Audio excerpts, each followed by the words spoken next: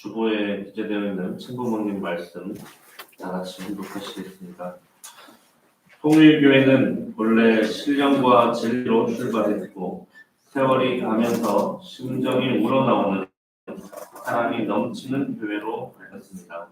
그래서 초창기에 참 아버님이 목회를 하실 때는 식구들이 한번 교회에 찾아오게 되면 떠나길 싫어했습니다.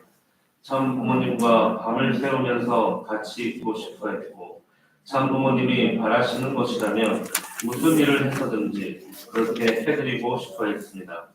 누가 강요하지 않아도 스스로 모시던 초창기의 신앙 생활이었습니다.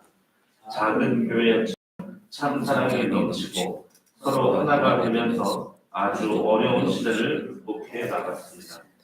마찬가지로 오늘 각 교회에서도 원리 강의가 끊이질 않아야 되겠습니다. 말씀으로 거듭나야 합니다.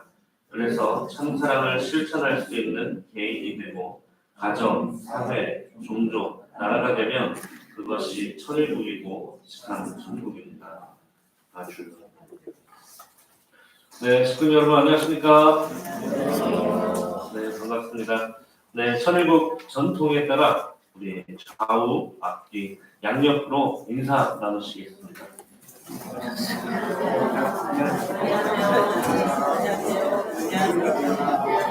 네, 환영합니다.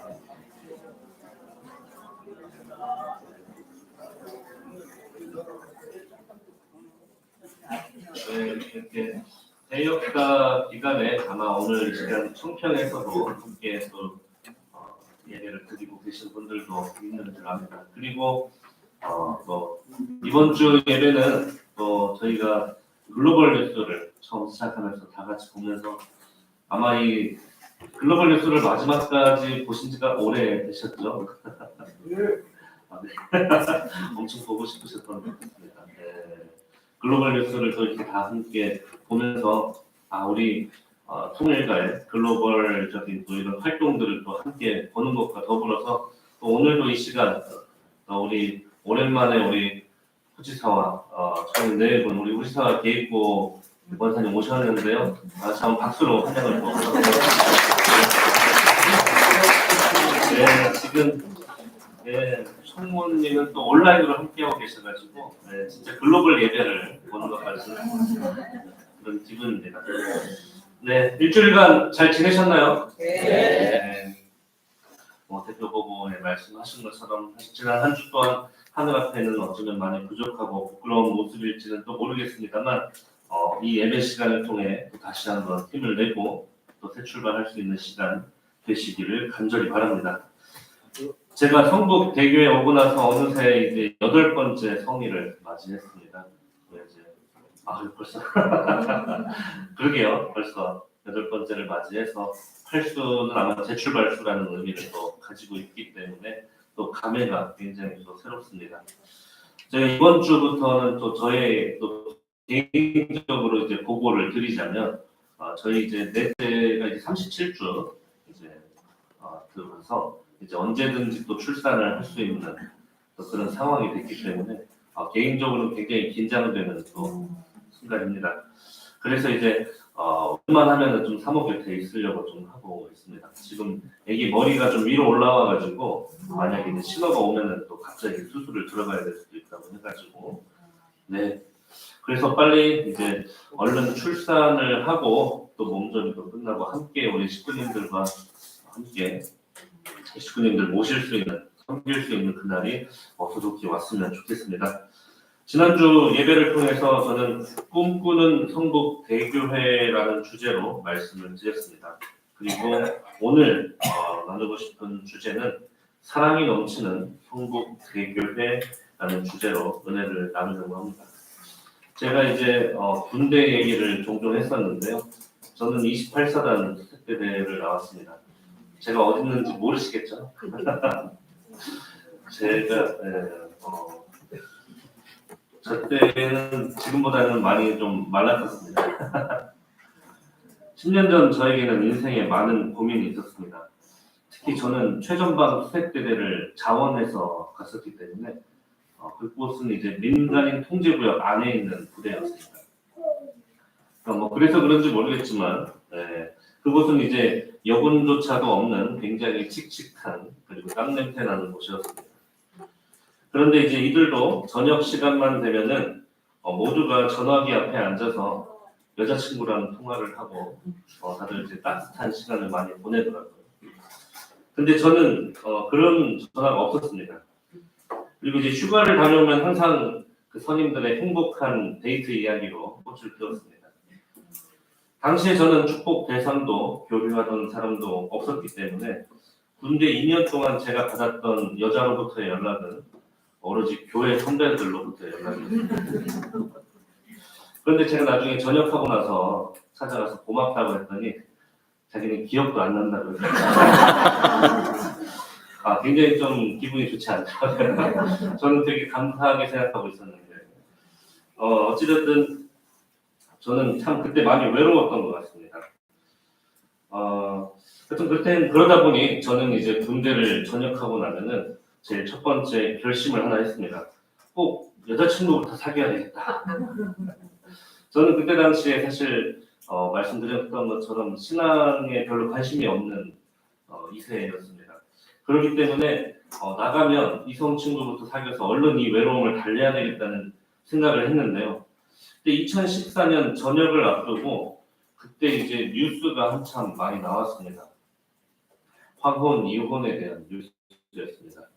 이 뉴스는 제가 어제 좀 찾아봤던 뉴스인데요.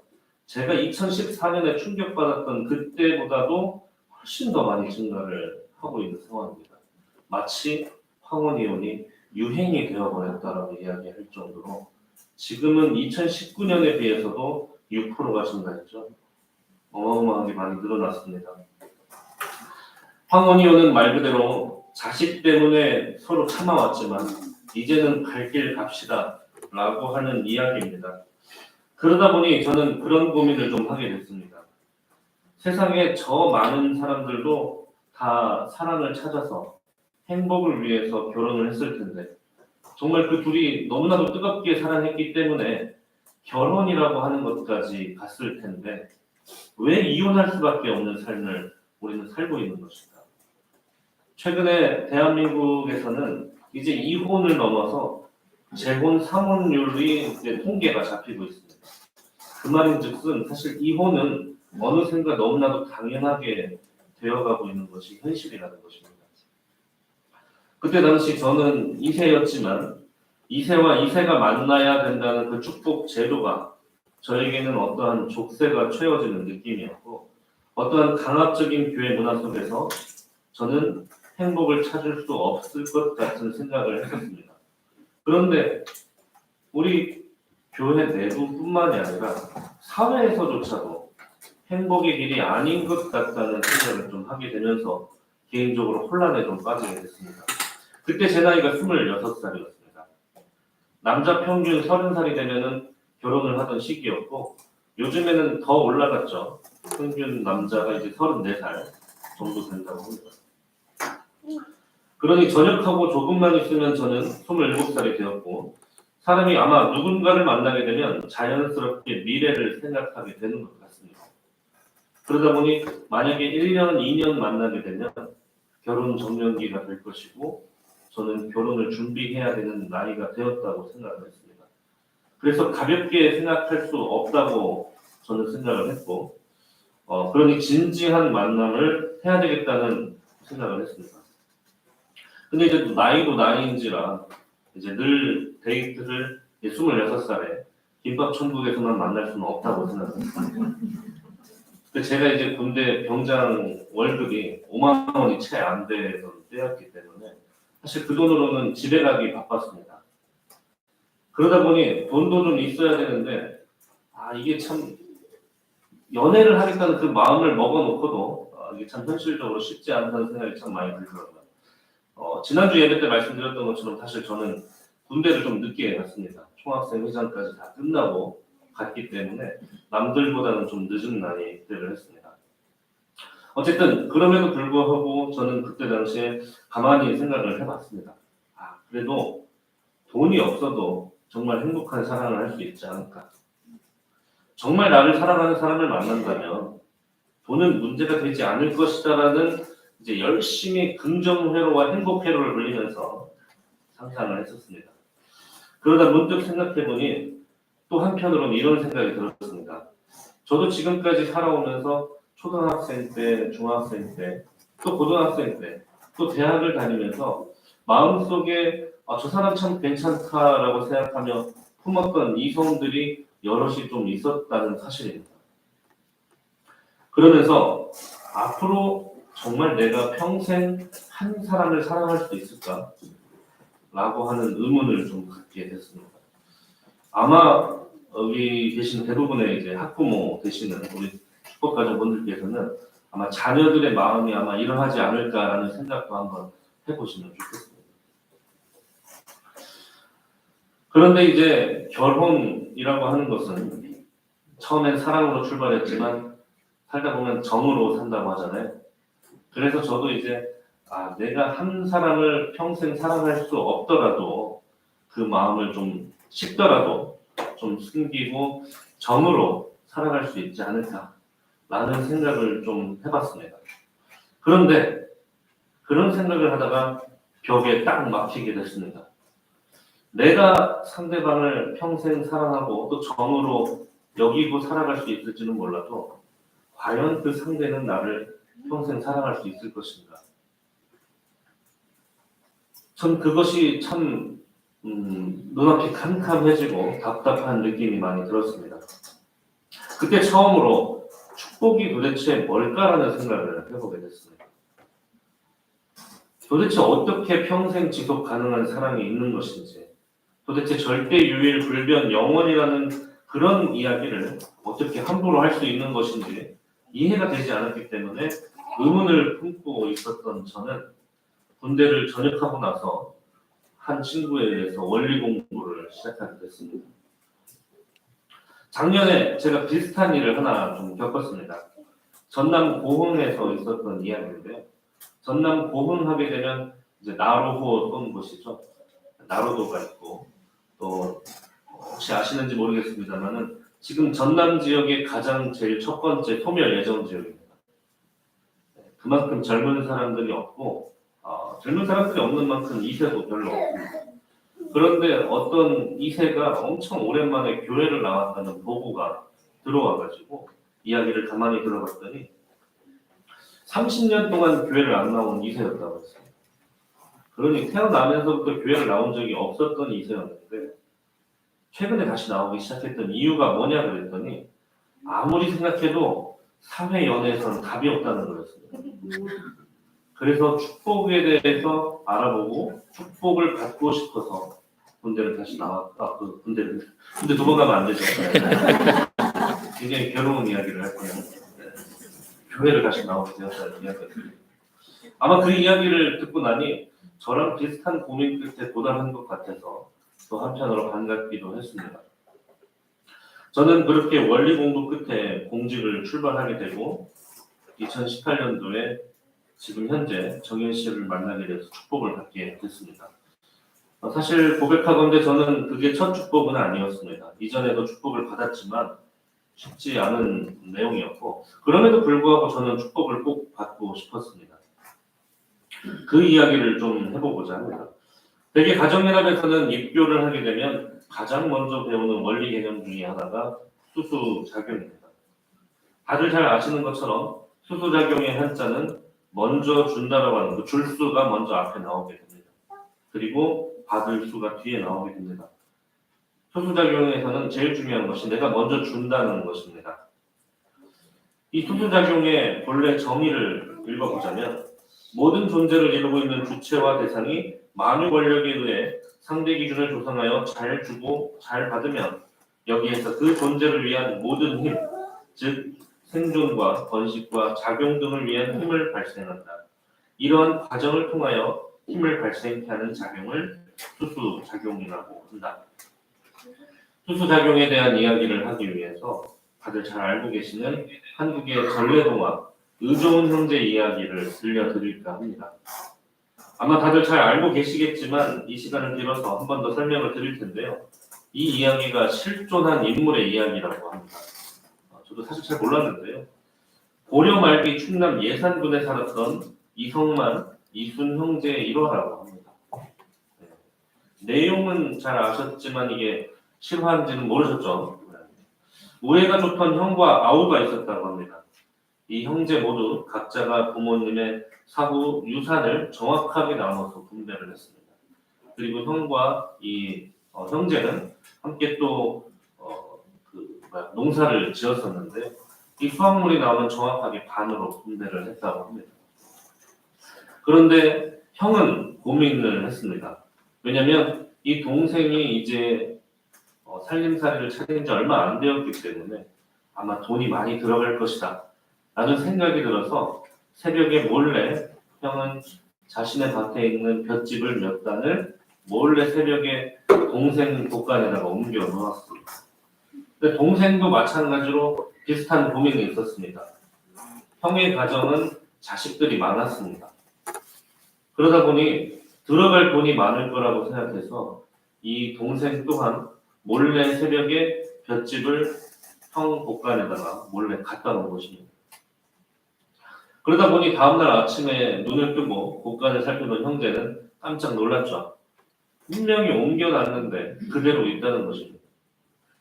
그래서 다음날도 자신이 이제 꿈꾼 줄 알고 이번엔 제대로 옮겨야겠다고 갖다 놨습니다.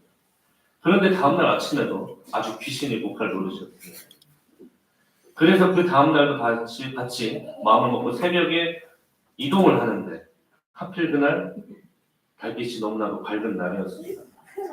그래서 그 밝은 달빛 아래 그 형과 동생은 서로 마주 보게 되었고 그날의 진실을 알게 되었습니다. 그 진실을 마주 보면서 어떤 마음이 들었을까요? 서로가 서로를 생각했던 그 마음을 확인한 형제는 그 자리에서 서로 부둥켜 안고 이제 울었다고 이야기를 합니다. 이런 의좋은 형제 이야기를 보면서 어떤 생각이 드시나요? 요즘과 같은 자본주의 사회에 어쩌면 정말 필요한 이야기가 아닌가 생각합니다. 현재는 사회가 자본주의가 극단으로 흘러감에 따라 극단적 개인주의를 넘어 이기주의가 만연하게 되었습니다. 모든 것이 물질로 해결될 수 있으며 돈으로 해결이 안 된다면 혹시 돈이 부족한 것은 아닌가 생각해 보라라고 하는 말이 최근에 유행어 중에 하나입니다. 그러다 보니 젊은이들 사이에서는 물질주의가 팽배할 수밖에 없습니다. 모든 것은 돈으로 해결된다라고 하는 이 사고방식이 지금의 젊은이들을 지배하고 있습니다. 결국 그 물질주의는 예상하시는 것처럼 쾌락주의로 흘러가게 됩니다. 어느새 대한민국에서도 심심치 않게 마약 뉴스를 볼 수가 있었습니다. 심지어 서울에서는 이 대치동 학원가에서 이 대학 학생들을 상대로 마약을 몰래 먹이는 일들도 있었습니다. 그러나 다들 잘 아시는 것처럼 세상은 돈으로만 돌아가는 것이 결코 아닙니다. 의좋은 형제 이야기는 사실 주고받은 것이 플러스 마이너스가 제로였습니다. 어떻게 보면은 누군가는 되게 바보 같은 짓을 했다고 생각할지도 모릅니다. 괜히 달밤에 체조한 꼴이라고도 볼 수 있는 거죠. 하지만 그 주고받음 속에서 그 가운데 돈 주고도 살 수 없는 형제 간의 우애가 생겼습니다. 제 친구 중에서도 제가 이제 생일이 양력으로 10월 7일인데요. 저랑 생일이 같은 사람이 굉장히 많더라고요. 살아가다 보니까 정확히 저랑 생일이 같은 사람 5명 정도 만나게 됐습니다. 근데 이제 그런 친구들 중에서도 한 번은 이런 친구도 있습니다. 어차피 생일이 똑같으니까 선물 주고받지 말자. 뭐 귀찮게 그렇게 하냐. 또 한 친구는 저는 매해마다 선물을 주고받는 친구도 있습니다. 물론 뭐 그 친구가 이야기했던 것처럼 사실 번거로운 일일지도 모릅니다. 하지만 선물을 자주 주고받는 친구하고의 마음이 어느샌가 모르게 점점 커져가는 것을 많이 느낍니다. 또 한편으로 서로 생일이 같으니 선물 주지 말자, 서로 퉁 치자 뭐 그렇게 표현하는데 그런 친구에게는 사실 별로 그렇게 마음이 커지지 않는 것도 좀 느끼게 되는 것 같습니다. 물론 플러스 마이너스 주고받는 것은 같고 그럴지 몰라도 그 가운데 생겨나는 플러스적인 마음의 요소가 있고 주고받지 않더라도 사실 플러스 마이너스는 똑같습니다만 사실 어느 한편에 기대하는 마음이나 상대방에게 대한 어떤 마음이 오히려 마이너스적인 감정이 생겨나는 것 아닌가 싶기도 합니다. 그런데 몇 년 전 제 학사에 제가 진주 학사장을 하던 시절인데요. 그때 학사에 살고 있던 한 청년이 나중에 대학을 졸업하고 ROTC로 장교로 이제 군대를 가지고 있습니다. 근데 이제 장교하던 시절에 저한테 갑자기 전화가 왔습니다. 그 전화의 내용은 다음과 같았습니다. 지금까지 본인은 수소작용이라는 것을 실천하기 위해서 주변 동료들이 어려울 때 열심히 막 발 뻗고 나서가지고 챙겨줬다고 하더라고요. 어떤 물건이 없다고 하면은 나서가지고 찾아다 주기도 하고 또 어떤 도움이 필요하다면 발 뻗고 나서면서 앞장섰다고 합니다. 그런데 어느 날 어느 순간 이제 군장 검사라고 하는 어떤 물품 검사를 하는 시간이 있었는데 자기가 어떤 물건이 없어져서 엄청 당혹스러웠던 순간이 왔다고 합니다. 그래서 그 친구는 주변에 도와달라고 이야기를 했는데 어느 한 명도 나서지 않는 모습을 보면서 굉장한 회의감과 배신감을 느꼈다고 이야기를 합니다. 그러면서 그 친구는 저한테 이야기를 했습니다. 수소작용이 옳다고 생각했는데 이제 와서 거의 다 틀린 것 같다. 네, 그 이야기를 하길래 저는 이렇게 답변을 했습니다. 그러면 내가 지금까지 너한테 밥 사주고 커피를 사줬는데 넌 나한테 해준 게 뭐냐? 제가 그런 이야기를 한 것은 수소작용이 잘못된 것이 아니라 우리는 성급한 결산을 하는 것이 문제다라고 이야기를 했던 것입니다.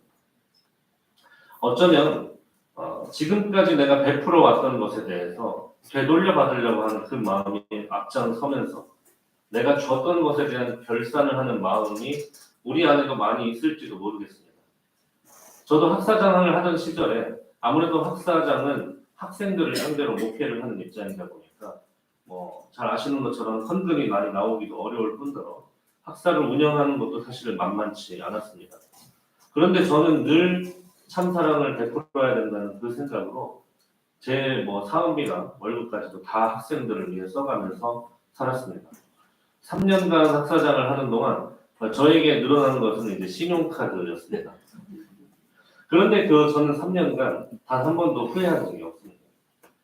정말 아이들을 위해 열심히 투자하고 또 베풀었더니 그때 당시 저는 한 번도 결산을 해본 적이 없었습니다. 내가 이들에게 얼마를 베풀었는지 얼마나 밥을 사줬는지 생각해 본 적이 한 번도 없었습니다.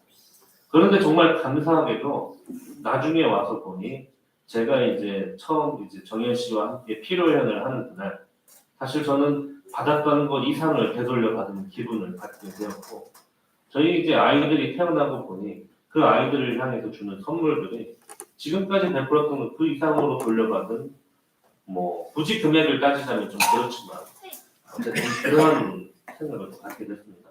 어쩌면 사실 거기까지 계산하는 것도 함부로 하는 결산일지도 모르겠습니다. 그날 이후로도 저는 그때 굉장히 어쩌면 10년 이상 된 청년들인데 오랫동안 인연을 많이 맺어오고 있습니다. 제가 이제 예배를 이렇게 여기 부임하고 나서 드리면서 가끔씩 저를 알고 있는 청년들이 한 명씩 찾아오잖아요. 그때 그 시절에 함께 했던 청년들입니다. 또 그렇게 지금까지도 인연되어 살아가고 있습니다. 한 2세 축복가정의 아내가 저한테 이런 얘기를 한 적이 있습니다. 우리 오빠는 능력도 없는데 자꾸 다른 사람들하고 밥 먹을 때 먼저 밥을 사려고 해서 스트레스 받아요. 그런 이야기를 하더라고요. 그래서 제가 그 친구한테 그런 얘기를 했습니다. 네 오빠가 쓰는 것은 밥값이지만 사는 것은 사람이다. 라고 이야기를 합니다. 실제로 제가 광주 학사장을 하던 시절에 한 선배가 광주 인근 교회에 강의를 하러 왔었습니다. 그리고 저한테 커피 한잔 하자고 불러내서는 이런 말을 했습니다. 네가 학사장을 하느라 정말 고생이 많다. 내가 오늘 강의하러 와가지고 얼마인지 모르겠지만 강사료를 받았는데 이거 네가 미래 세대들을 위해서 잘 썼으면 좋겠다 하면서 이제 봉투를 주시더라고요. 실제로 제가 열어보려고 했더니 풀이 붙어있더라고요. 안 본 게 틀림없었습니다. 그래서 제가 나중에 이제 열어봤더니 30만 원이 들어있었습니다. 네, 학사장 시절에 저는 이제 다음 달에 사업비를 오늘로 땡겨서 쓰는 입장이었기 때문에 30만 원이 참 큰 도움이 됐었습니다. 지금도 그렇지만 그때도 적지 않은 돈이었기 때문에 너무나도 많이 놀랬고 감사했습니다.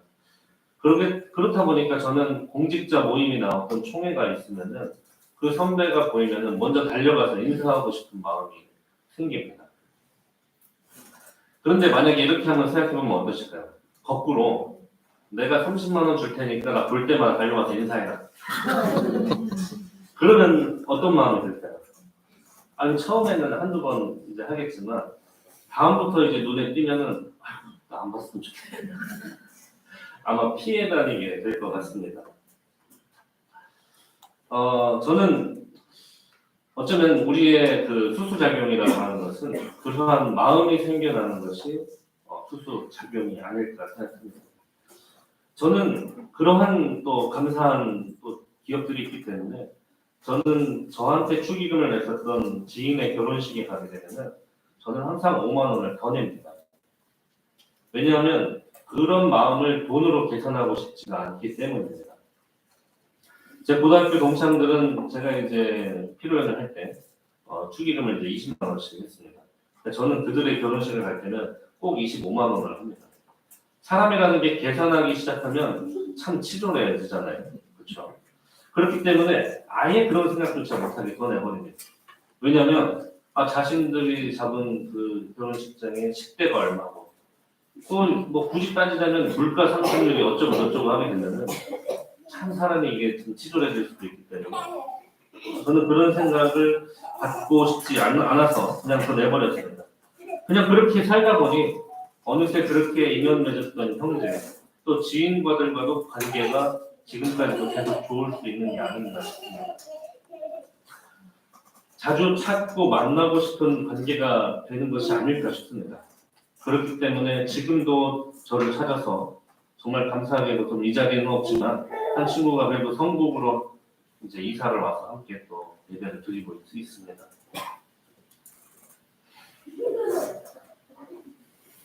네, 식구님 여러분, 우리는 나 하나 구원받자고 신앙하는 교회가 아니지 않습니까? 하늘 부모님의 소원인 세상을 사랑 가득하게 만들자는 미션을 가지고 달려가고 있는 교회입니다. 그 힘은 우리가 이미 배웠고 잘 알고 있는 것처럼 그저 먼저 사랑을 주는 것이라고 생각합니다. 결산하지 않고 기다리지 않으며 먼저 베푸는 사랑의 힘을 우리는 체험해야 됩니다. 그러한 사랑의 공동체가 바로 하나님 아래 인류 한 가족 아니겠습니까? 저는 정현 씨와 축복을 받고 나서 전했던 이야기 중에 하나는 저는 축복을 통해 원리가 옳다는 것을 증명하고 싶다는 이야기를 했습니다. 취임하던 날 했던 이야기 같은데요. 굉장히 이제 이과적인 생각이라고 말씀을 드렸던 것 같습니다. 하지만 저는 그 삶을 통해 하나님이 계시다는 것을 증명하는 거라고 생각합니다. 저는 바라지 않고 끊임없이 저의 아내에게 베푸는 삶을 삶으로써 행복해지는 가정을 증명하고 싶습니다. 그래서 제가 정현 씨가 좋아하는 음식을 먼저 찾고 좋아하는 카페를 먼저 물색을 하고 제가 얼마를 데이트 비용으로 썼는지 혹은 제가 교류하던 시기에 저는 나주에서 사무장을 하고 있었고 정현 씨는 당시 광명에 있었습니다. 그래서 저희가 교류할 때면 항상 광명에서 KTX를 타고 나주까지 내려왔습니다. 하지만 그 비용이 얼마인지 잘 모르겠지만 계산해보지는 않았습니다. 다만 더 잘해주고 싶은 그런 마음으로 좋은 식당과 좋은 카페를 데려가려고 노력을 많이 했습니다. 어느샌가 그렇게 주고받은 마음이 점점 더 커진다는 것을 많이 느낍니다. 바라지 않고 베풀었더니 돌아오는 마음이 점점 더 커지고 돌아오는 마음이 커지니 저는 점점 더 잘해주고 싶은 마음이 있어서 더 챙겨줄 것이 없는지를 생각하게 됩니다. 살다 보면 내가 어느새 누군가에게 베풀다 보면 돌아오지 않을 때 속상하고 또 실망하게 되기도 합니다. 배신을 당했다는 생각이 들기도 하고 그러다 보면 준 것만큼 이상의 되돌려받지 못하는 그것이 마치 요즘에는 손절이라고 하는 용어를 씁니다. 이 정도 내가 손해봤다고 생각하고 자르지 않는 뜻입니다. 그러다 보니 어느샌가 그런 인간관계도 굉장히 미숙해져서 요즘 이미 너무 어린 나이에부터 손절을 너무 많이 합니다.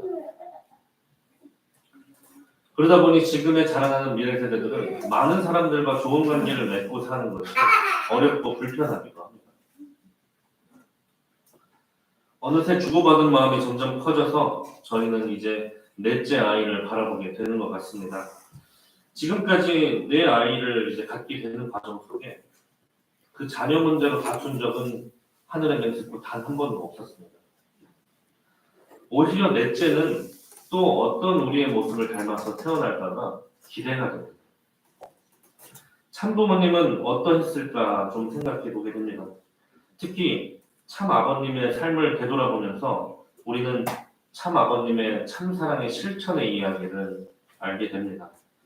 아버님께서는 광복 이후에 자신을 고문했던 일본 순사를 오히려 일본에 돌아갈 수 있도록 몰래 배려를 해주었습니다. 정말 참사랑의 승리였습니다. 그렇기 때문에 나중에 그 순사를 일본에서 다시 만날 수 있었던 아버님의 역사도 있었던 것입니다.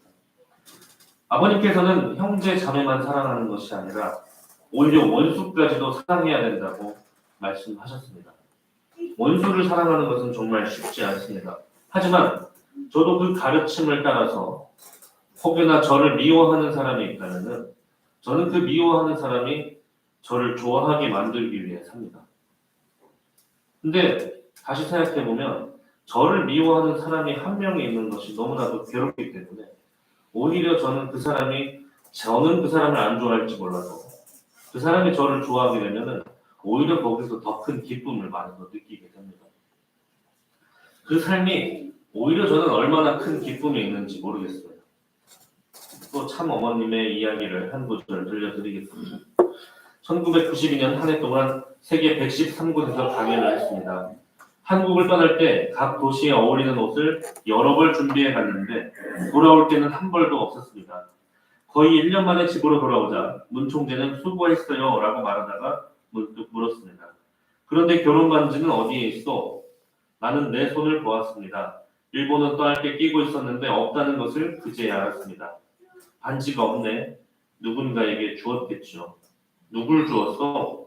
주긴 주었는데 기억이 나지 않아요. 받은 사람이 잘 간직하고 있거나 아니면 팔아서 살림에 못했겠죠. 준 것은 그렇다 치고 누굴 주었는지도 모른단 말이에요. 나는 늘 그래왔기 때문에 대수롭지 않게 여겼습니다. 우리 부부는 성혼식을 올린 후 신혼여행을 가지 못했습니다. 나는 그것을 마음에 두지 않았으나 남편은 늘 미안한 마음을 지니고 있었습니다. 세계 순회 중 네덜란드에 들었을 때 아끼고 아낀 돈으로 큰 마음 먹고 작은 다이아 반지를 사왔습니다. 그렇게 의미 있는 반지를 나는 누군가에게 선뜻 내주고는 기억조차 하지 못했습니다. 나는 주기도 잘 주지만 주는 즉시 그 사실을 잊어버립니다. 자기 몸에 지는 것을 주고 사랑을 주고 심지어 생명까지도 주어도 잊어버리는 사람이 하나님 앞에 제일 가까이 갑니다. 맞죠? 참 어머님 또한 언제나 먼저 주고 베푸는 삶을 사셨습니다. 결산하지 않고 끊임없이 베푸는 삶을 사셨습니다. 계산하지 않고 기다리지 않고 주셨습니다. 그 삶이 하나님 앞에 가장 가까운 삶이었기 때문입니다. 그렇게 지금 우리는 참부모님께서 우리에게 나를 참부모로 불러라 라고 이야기하기 때문에 참부모님으로 부르는 것이 아니라 진심으로 참부모라고 부르는 제자라고 불리는 사람들이 아마 이 길을 걸어가고 있으리라 생각합니다. 참 아버님께서는 이렇게 말씀하셨습니다. 하나님은 왜 나를 불렀을까요? 아흔이 다 된 지금도 날마다 하나님이 왜 나를 부르셨는가를 생각합니다. 이 세상의 수많은 사람 중에서 하필이면 왜 나를 선택하셨을까요? 외모가 잘나거나 인격이 훌륭하거나 신념이 강해서가 아닙니다. 나는 고집불통애가 어리석고 보잘것없는 소년일 뿐이었습니다. 내게서 취하실 것이 있었다면 하나님을 간절히 찾는 마음, 하나님을 향한 애절한 사랑이었을 겁니다. 나는 아무것도 내세울 것 없는 시골 소년이었습니다. 지금도 나는 지독하게 하나님의 사랑에만 목을 메고 사는 미련한 사람입니다. 우리는 하늘 앞에 너무나도 부족한 자녀입니다. 오늘 대표 보고 하신 것처럼 우리는 또 다음 일주일도 얼마나 하늘 앞에 합당하게 살아갈 수 있을지 잘 모르겠습니다. 그러나 참 아버님도 같은 마음이셨습니다. 왜 하필 나를 찾아오셨는가라는 생각을 아흔이 다 된 지금도 날마다 생각하셨다는 말씀을 전해주셨습니다. 아버님도 그랬던 것처럼 어머님도 그러하셨던 것처럼 하나님의 사랑에 목을 메고 사는 것처럼 하나님의 가장 가까운 삶을 살아가셨던 것처럼 그렇게 사는 삶이 끊임없이 베푸는 삶이라고 저희들에게 보여주신 삶이었다고 생각합니다. 그렇게 일평생을 하늘 부모님을 대신한 부모로 살아가고자 참 부모의 길을 나가기를 결심하셨던 것입니다. 그렇게 하늘 부모님께서 사랑하고자 하셨던 대상, 아담과 해와가 참 부모가 되기를 바라셨던 그 태초의 소망이 이루어지는 그때가 바로 1960년 참 아버님과 참 어머님의 성혼이었던 것입니다. 이번 주 토요일은 그 성혼이 64주년이 되는 때입니다. 그러니 이 성혼 기념 행사가 하늘 부모님의 입장에서는 얼마나 감사한 행사겠습니까? 얼마나 기쁜 일이었겠습니까? 사랑하는 성북대교회 식구님 여러분, 참부모님은 본인의 길이, 본인의 삶이 결단코 자신만이 걸어야 되는 길이라고 말씀하시지 않았습니다. 1992년 세계평화여성연합을 창설하시고 이렇게 말씀하십니다. 본인과 본인의 아내는 재림주여, 구세주여, 참부모로서 그 사명을 다해온 것입니다. 때가 되었기 때문에 이 자리에서 천명하는 바입니다. 라고 92년도에 참부모 선포를 하십니다. 그러면서 이어서 참어머니께서는 이렇게 말씀하셨습니다. 저는 100만 명이 넘는 여성 지도자들에게 모두 함께 참부모를 맞이할 기대를 조성하자고 역설하였습니다. 이러한 기반 위에서 지금 제 남편과 저는 첫 번째 참부모로서 성약신의 도래를 선포할 수 있었습니다. 이 자리에 왕림하신 모두가 저희의 인도함을 따라 참부모가 되기를 바랍니다. 참부모님께서는 본인 부부가 첫 번째 부모라고 말씀하셨습니다. 그 이유는 우리들에게 모두 참부모의 길을 같이 걸어가자고 말씀하셨기 때문입니다. 그렇기 때문에 우리는 두 번째, 세 번째 참부모가 되어야 할 것입니다. 우리의 신앙의 목적은 결국 참부모가 되는 것입니다. 그리고 그 삶이 단순히 고생과 희생의 삶이 아니라 참부모님께서 걸어가셨던 그 길을, 그 발자국을 따라 걷는 삶이 될 것입니다. 어둠 속에서 갇혀있던 빛을 찾고 하나님을 석방시켜드리는 삶이며 그동안 사라졌던 참사랑의 공동체를 회복시키고자 하는 운동이니 이 길은 분명히 하늘이 바라시는 행복의 결산을 맺게 되리라 확신합니다. 이러한 교회를 바라보시는 하늘 부모님께서는 어떠하시겠습니까? 또 참 부모님께서는 어떠하시겠습니까? 저는 그래서 지난주 식구님 여러분께 성북대교회가 꿈꾸는 대교회, 사랑이 넘치는 대교회, 또 성장이 있는 교회가 되기를 바란다고 말씀드렸습니다. 우리가 모두 그러한 간절한 소망을 꿈꾸게 된다면 그 간절함이 이 교회에 응집하게 된다면 분명히 임계점을 넘어서 폭발이 일어나 기적이 일어나리라 저는 믿습니다. 그러한 공동체가 된다면 얼마나 행복하고 미래 비전이 있을까 생각해 보게 됩니다. 아마 식구님 여러분들도 그런 확신을 가지실 거라 생각합니다. 우리는 다른 이들을, 다른 교회를, 또 다른 나라를 바라볼 필요가 없습니다. 나부터가 다른 이들에게 먼저 사랑을 내가 주고 있는 사람인가, 그것을 하나만 바라보게 되면 우리는 분명히 발전할 수 있습니다. 왜냐하면 수수작용은 생존과 번식작용을 일으킨다고 말씀하셨습니다. 그래서 우리는 수수작용을 주고받는 것으로만 이해해서는 안 됩니다. 수수작용은 생존과 번식, 작용을 일으키는 힘이기 때문에 번식을 해야 됩니다. 내가 받은 사랑이 있다면 그 받은 사랑을 누군가에게 전해야 됩니다. A와 B가 있다면 그 A가 B에게 사랑을 주면 B가 A에게 돌려주는 것은 사랑과 미입니다. 사랑을 주었기 때문에 미를 돌려주는 것입니다. 하지만 번식이 일어나게 된다면 그 받은 사랑이 나에게서 그치지 않고 흘러갈 수 있도록 C에게 전해 주어야 되는 것입니다. 그렇기 때문에 C에게 내가 받은 사랑을 베풀 때 비로소 수수작용은 빛을 발하는 것입니다. 앞서 말씀드렸던 의좋은 형제는 우애가 깊었을 뿐만 아니라 부모에 대한 효성도 남달랐다고 합니다. 부모님이 살아계실 적에는 정성을 다해 맛있는 음식으로 봉양하였고 항상 마음을 즐겁게 해드리기 위해 살았다고 합니다. 돌아가신 후에는 형은 아버지의 묘를, 동생은 어머니의 묘를 3년 동안 심효정성을 드렸으며 3년상을 마친 후에도 아침 점심으로 음식을 올렸다고 합니다. 이들의 형제 우애가 세상에 널리 알려지게 되자 세종 2년에는 효자 정려가 내려지게 되었다고 합니다.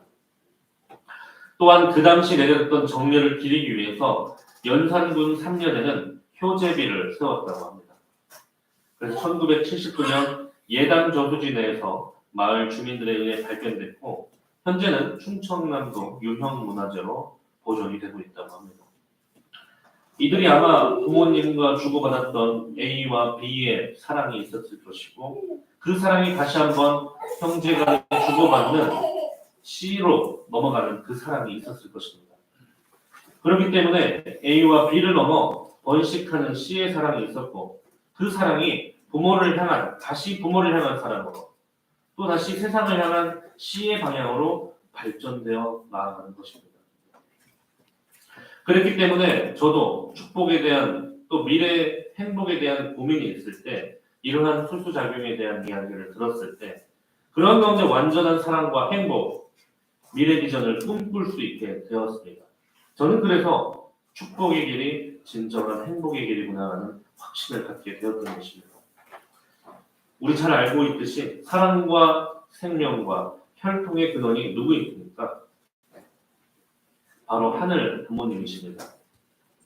그렇기에 우리는 끊임없이 사랑을 베풀고 끊임없이 생명을 전하기 위해서는 생명의 길로 인도하기 위해서는 하늘 부모님과 끊임없이 수수작용을 하는 것이 중요합니다.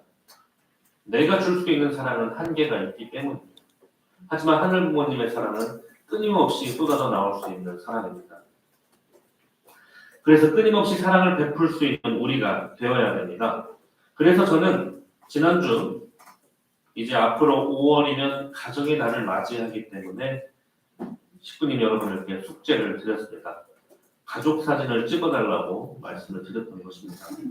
그리고 그 가족 사진을 제출해 주시면은 1층 식당에 예쁘게 꾸며놓도록 하겠습니다.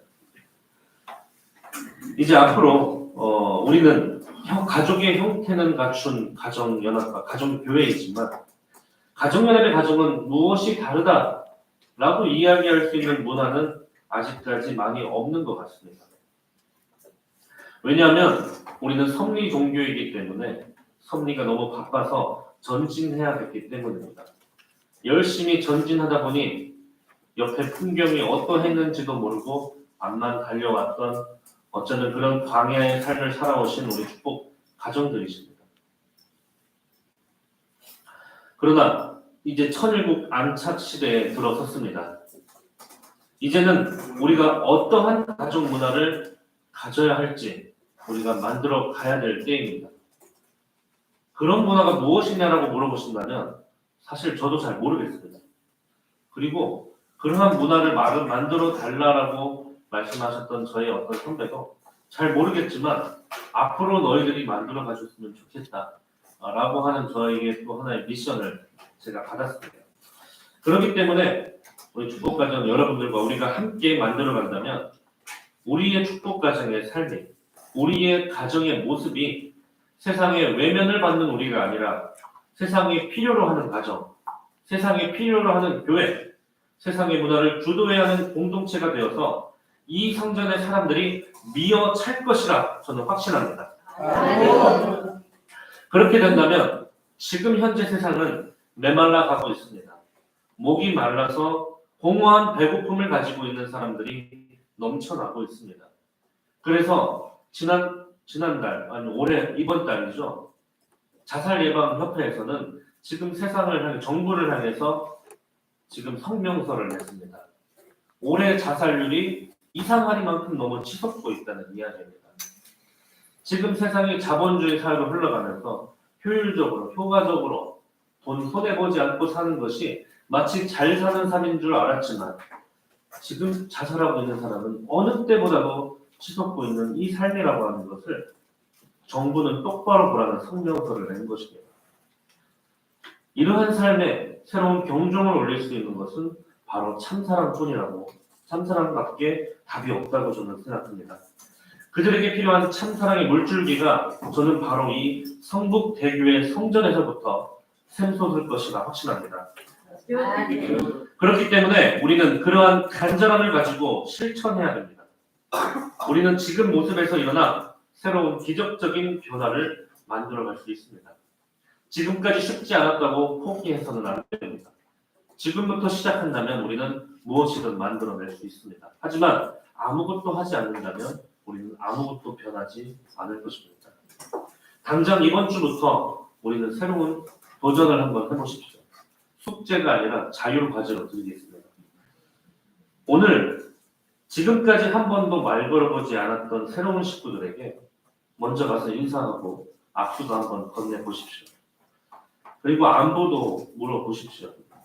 그러한 공동체 비전을 증명하기 위해서는 우리가 먼저 그렇게 살아야 됩니다. 그러한 삶이 진정한 행복의 길이고 생명의 길이고 진리의 길이라는 것을 참부모님께서는 먼저 보여주신 것입니다. 저도 그러한 삶을 앞으로도 계속 살아가려고 합니다. 식구님 여러분께서는 어떻게 하시겠습니까? 함께 실천하시겠습니까? 네. 감사합니다. 이 본문 말씀에 나왔던 것처럼 그렇다면 우리 식구님들은 한 번 교회에 찾아오게 되면 떠나기 싫은 마음이 드실 것입니다. 누가 강요하지 않아도 교회에 오고 싶고 일요일에는 자동차에 눈이 떠지고 이 길을 오는 것이 그저 의무와 주일 성수가 아니라 기쁜 마음으로 오게 될 것입니다. 식구님들께서 기쁜 마음으로 이 자리에 모인다면 그것은 또 시너지 효과가 나게 되어서 여러분들의 그 기쁜 마음이 A와 B를 넘어 C에게 분명히 번식될 것입니다. 그래서 참사랑을 실천할 수 있는 개인이 되고 가정이 되고 사회, 종족, 나라가 되면 그것이 천일국이라고 말씀하셨습니다. 천일국이라고 하는 어떤 나라의 기틀만이 중요한 것이 아닙니다. 그러한 개인, 여러분 개개인이 모여있는 그러한 나라가 되었을 때 비로소 지상천국의 도래가 될 것이라고 말씀하고 계십니다.